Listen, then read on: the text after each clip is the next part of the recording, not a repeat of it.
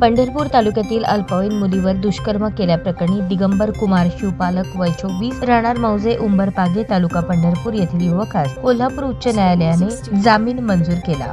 यात हकीकत अशी 9 नोव्हेंबर 2024 रोजी रात्री 10च्या सुमारास पीडिता ही तिच्या आई वडिलांसोबत जेवण करून घरात झोपली होती। पहाटे 4च्या सुमारास पीडितेच्या आई जाग आली, त्यावेळी पीडिता घरात दिसून आली नाही। त्यावर पीडितेच्या आईने कोणीतरी अज्ञात कारणावरून पीडितेला फूस लावून पळून नेले आहे अशी फिर्याद करकम पोलीस ठाण्यात दिली। पोलिसांनी गुन्ह्याचा तपास केला असता दिगंबरने पीडितेस आत्महत्या करण्याची भीती दाखवून आई वडिलांच्या रखवालीतून 30 घराच्या बाहेर काढून मोटरसायकलवरून वेगवेगळ्या ठिकाणी नेऊन तिच्यावर दुष्कर्म केले असे पोलीस तपासात निष्पन्न झाले आहे। त्यावरून दिगंबर यास पोलिसांनी अटक केली होती। आपणास जामीन मिळावा म्हणून दिगंबरने पंढरपूर येथील सत्र न्यायालयात जामिनासाठी अर्ज दाखल केला होता। तो अर्ज न्यायालयाने फेटाळला होता। त्यावर दिगंबरने कोल्हापूर उच्च न्यायालयात ॲडव्होकेट रितेश थोबडे यांच्या मार्फत जामीन अर्ज दाखल केला होता। अर्जाच्या सुनावणीच्या वेळेस ॲडव्होकेट रितेश थोबडे यांनी आपल्या युक्तिवादात गुन्ह्याचा तपास पूर्ण झाला असून अर्जदार आरोपीस कोठडीत ठेवल्याने कोणतेही फलनिष्पत्ती होणार नाही असा युक्तिवाद मांडला। तो ग्राह्य धरून न्यायालयाने 20,000 रुपयांच्या जातमुचलक्यावर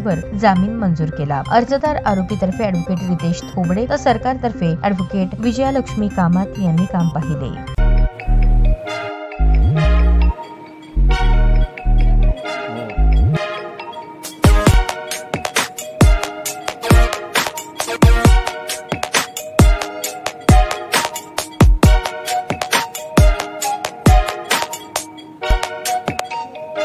सोलापूर शहरातील सुप्रसिद्ध हॉस्पिटल म्हणजे सेंट्रल मल्टी स्पेशालिटी हॉस्पिटल मागील अनेक वर्षापासून सेवा बजावत आहे। 24 तास इमर्जन्सी सर्व्हिस, मॉडर्न टेक्नॉलॉजी, अनुभवी डॉक्टर्स तसेच अत्याधुनिक तंत्रज्ञान सुविधांनी सुसज्ज स्त्रीरोग प्रसूती विभाग, ऑर्थोपेडिक विभाग, मेडिकल विभाग आणि इतर एकमेव नाव म्हणजे सेंट्रल मल्टी स्पेशालिटी हॉस्पिटल। पत्ता गणेशपेठ शॉपिंग सेंटर, मंगळवार बाजार, सोलापूर। ताज्या बातम्या पाहण्यासाठी प्राईम महाराष्ट्र न्यूज चॅनलला सबस्क्राईब करा।